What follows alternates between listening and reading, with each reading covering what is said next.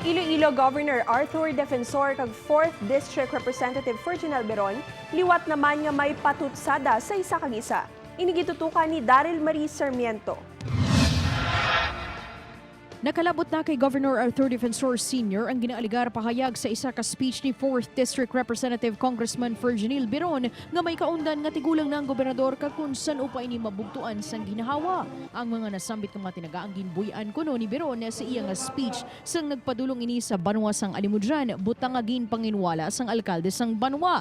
Apang suno kay Defensor, posible nga daw sa naluoy na lang si Mayor Jeffrey Calay Alonsabe kay Biron rason kung nga asya na lang nagpanginwala sa mga nasambit nga pahayag sa kongresista. May posibilidad man nga ginambali si Kalay nga buligan siya, ang nigaro ni Kalay.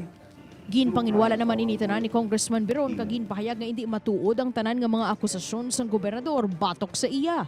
That is pure lie na binutig ina, kag intriga ina, kag intuga mismo sang gobernador. I have never spoken those words, kag wala ko sang may nadumduman nga okasyon nga pangabay ko ang kamatayon sa isa ka tawo. Si Biron ang mangin kasumpong sa pagkagobernador sang probinsya sang bata ni Governor Defensor nga si 3rd District Representative Toto Defensor Jr.